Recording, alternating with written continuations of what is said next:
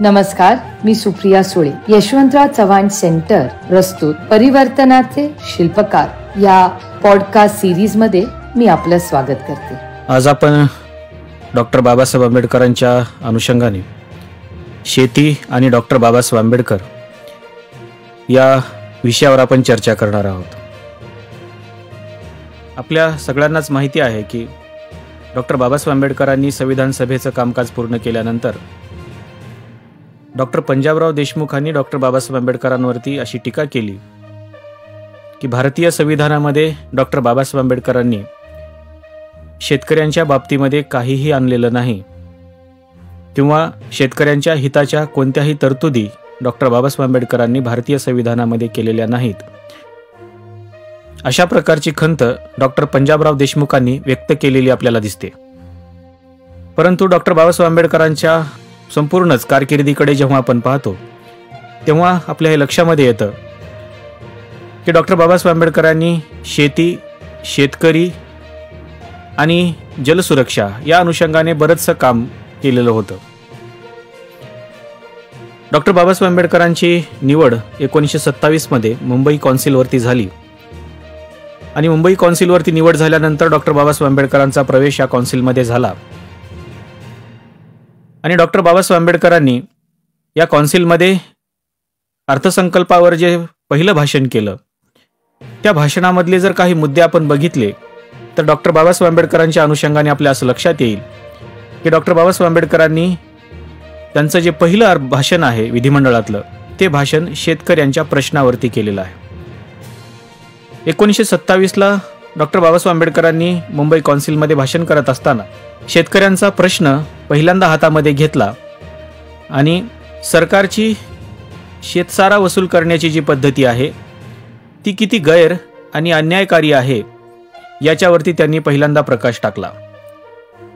या भाषणामध्ये डॉक्टर बाबासाहेब आंबेडकर म्हणाले की शासन आणि शासनाचे जे अधिकारी आहेत त्यांच्याबरोबरच सावकार, जमीनदार, खोत आणि पोलीस पाटील हे सर्वजण मिळून शेतकऱ्यावरती अन्याय करतात आणि शेतकऱ्याकडून जो शेतसारा वसूल करतात त्यामध्ये मोठ्या प्रमाणामध्ये शेतकऱ्यांची आर्थिक लूट करतात.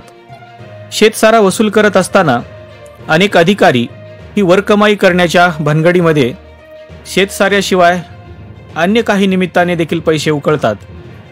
त्याचबरोबर शेतकऱ्यांची भाजी असेल, शेतकऱ्यांच्या कोंबड्या असतील या फुकटात खाण्याची सवय देखील या अधिकाऱ्यांना लागलेली आहे. गाय, बैलाचा चारा या बाबतीमध्ये देखील बोलत असताना बाबासाहेब आंबेडकर म्हणतायत की गाय आणि बैलाच्या चराईच्या जागेवर देखील हे अधिकारी हक्क सांगतात आणि जनावरांना कोंडवड्यात टाकतात. त्याशिवाय सावकारांचा तर शेतकऱ्यांना छळणे हा नित्यनियमाचाच धंदा झालेला आहे. अशा प्रकारची भाषा डॉक्टर बाबासाहेब आंबेडकर या भाषणामध्ये करताना आपल्याला दिसतात. एवढंच नाही तर डॉक्टर बाबासाहेब आंबेडकर फक्त 1927ला एक भाषण करूनच थांबलेले नाहीत, तर बाबासाहेब आंबेडकरांचा हा लढा जवळपास 1950 पर्यंत शेतकऱ्यांच्या बाजूने चालू होता हे आपल्या लक्षामध्ये येतं. कारण 10 जानेवारी 1938 मध्ये देखील मुंबई कौन्सिलवर डॉक्टर बाबासाहेब आंबेडकरांच्या नेतृत्वाखाली शेतकऱ्यांनी प्रचंड मोठा मोर्चा या कौन्सिलवर काढलेला आपल्याला पाहायला मिळतो. त्याचबरोबर खोतीचा जो प्रश्न होता या खोतीच्या प्रश्नावर देखील डॉक्टर बाबासाहेब आंबेडकर सातत्याने बोलत राहिले. ही पद्धत बंद व्हावी यासाठी देखील ते सातत्याने लढत राहिले आणि डॉक्टर बाबासाहेब आंबेडकरांच्या या लढ्याला 15 मे 1950 रोजी यश आलं आणि 1950ला खोती निर्मूलन अधिनियम मंजूर करण्यात आला. डॉक्टर बाबासाहेब आंबेडकरांच्या या लढ्याचा किंवा या खोती निर्मूलन अधिनियमाचा परिणाम असा झाला की जवळपास 1,22,860 एकर जमीन ही खोतीमुक्त झाली. म्हणून ह्या सगळ्या प्रश्नाकडे जेव्हा आपण पाहतो तेव्हा असं दिसतं की बाबासाहेब आंबेडकरांनी शेतकऱ्यांच्या प्रश्नावरती प्रचंड मोठं काम सुरुवातीपासूनच केलेलं आहे. इतकंच नाही तर डॉक्टर बाबासाहेब आंबेडकरांनी त्यांच्या पक्षाचा जो जाहीरनामा पुढे आणलेला होता त्या पक्षाच्या जाहीरनाम्यामध्ये देखील त्यांनी शेतीच्या राष्ट्रीयकरणाचा मुद्दा प्रामुख्याने मांडलेला आपल्याला पाहायला मिळतो. शेती हा भारतीय अर्थव्यवस्थेचा कणा असला तरी सर्वच लोक शेतीवर अवलंबून राहिले तर त्याचा विपरीत परिणाम होऊन देशाची म्हणावी तशी प्रगती होणार नाही असं बाबासाहेब आंबेडकरांना वाटत होतं. आणि म्हणूनच त्यांनी शेतीच्या राष्ट्रीयकरणाचा मुद्दा पुढे आणला. फक्त हा मुद्दा त्यांनी फक्त भाषणापुरता पुढे आणलेला नव्हता, तर भारतातल्या शेतीचा त्यांनी प्रचंड अभ्यास करून त्या संबंधातली जी काही आकडेवारी होती ती देखील त्यांनी समोर आणलेली आपल्याला पाहायला मिळते. ही आकडेवारी सांगत असताना बाबासाहेब आंबेडकर असं म्हणतायत की भारतामध्ये एकंदर शेतकी जमीन जी आहे ती आहे 577 लाख एकर. त्याचबरोबर एकंदर अरण्याची जी जमीन आहे ती आहे 84 लाख एकर. त्याचबरोबर शेतकी करण्याजोगी पडीक जमीन जी आहे ती आहे 93 लाख एकर. आणि एकंदर नापीक जी जमीन आहे ती आहे 93 लाख एकर. त्याचबरोबर शेतीच्या उपयोगात न आणलेली जमीन आहे ती म्हणजे 62 लाख एकर. आणि एकंदर शेतकी चालू असलेली जी जमीन आहे ती आहे 244 लाख एकर. म्हणजे ही सगळी आकडेवारी डॉक्टर बाबासाहेब आंबेडकरांनी पहिल्यांदा समोर आणली आणि त्यांच्या पक्षाच्या जाहीरनाम्यामध्ये हे सांगितलं की ही जी जमीन आहे या जमिनीचं आपल्याला राष्ट्रीयकरण करावं लागेल. फक्त राष्ट्रीयकरण करून भागणार नाही, बाबासाहेब आंबेडकर असं म्हणतायत की फक्त राष्ट्रीयकरण करून भागणार नाही, तर या शेतीला आपल्याला ग्रामोद्योगाचा दर्जा द्यावा लागेल. बघा, शेतीला बाबासाहेब आंबेडकर हे उद्योगाचा दर्जा देण्याचा प्रयत्न करत होते किंवा तशा पद्धतीचे विचार देखील ते मांडत होते. फक्त ते शेतीला ग्रामोद्योगाचा दर्जा देऊन थांबायचं असं नाही, तर या शेतीच्या या ग्रामोद्योगाला यशस्वी करायचं असेल तर या शेतीला जो वीज पुरवठा करायचा आहे तो वीज पुरवठा देखील सुरळीत झाला पाहिजे, हे बाबासाहेब आंबेडकर पहिल्यांदा मांडत होते. आणि मग ह्या ग्रामोद्योगाला जर यशस्वी करायचा असेल तर वीज पुरवठा नियमित करावा लागेल.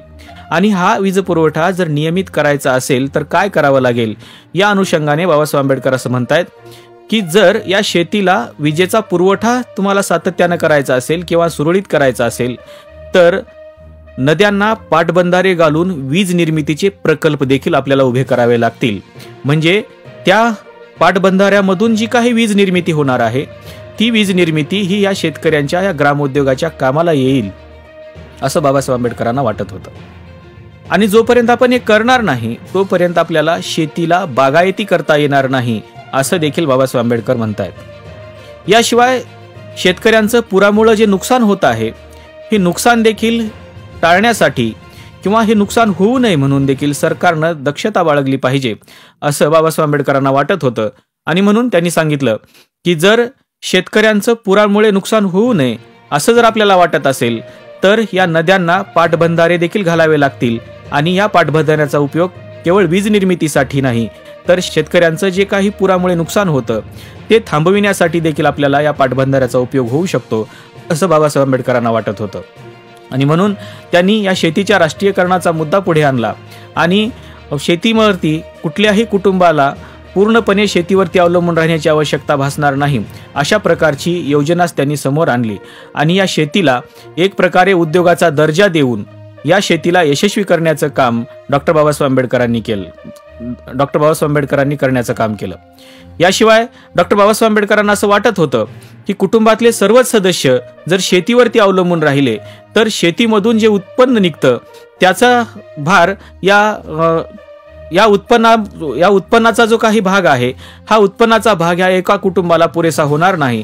त्याच्यामुळे त्या शेतीला जोडधंदे देखील असले पाहिजेत, हा विचार पहिल्यांदा डॉक्टर बाबासाहेब आंबेडकरांनी मांडलेला आपल्याला पाहायला मिळतो.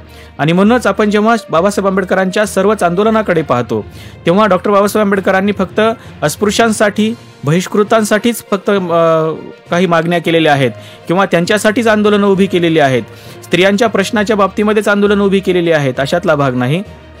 तर डॉक्टर बाबासाहेब आंबेडकरांनी शेतीच्या अनुषंगाने देखील मोठ्या प्रमाणामध्ये 1927 पासूनच, म्हणजे जेव्हा महाड चौदार तळ्याचा सत्याग्रह झाला तेव्हापासूनच डॉक्टर बाबासाहेब आंबेडकरांच्या भाषणामध्ये, त्यांच्या लिखाणामध्ये आणि त्यांच्या आंदोलनामध्ये शेती हा विषय महत्त्वाचा असलेला आपल्याला पाहायला मिळतो. आणि म्हणून डॉक्टर बाबासाहेब आंबेडकरांचे शेतीविषयक विचार हे खऱ्या अर्थानं आता जनतेच्या पुढे देखील आणणं गरजेचं आहे. कारण शेतीचे जे काही प्रश्न आहेत त्या शेतीचे प्रश्न सोडवायचे असतील तर डॉक्टर बाबासाहेब आंबेडकरांच्या विचारांशिवाय पर्याय नाही, असं आपल्या लक्षात येतं.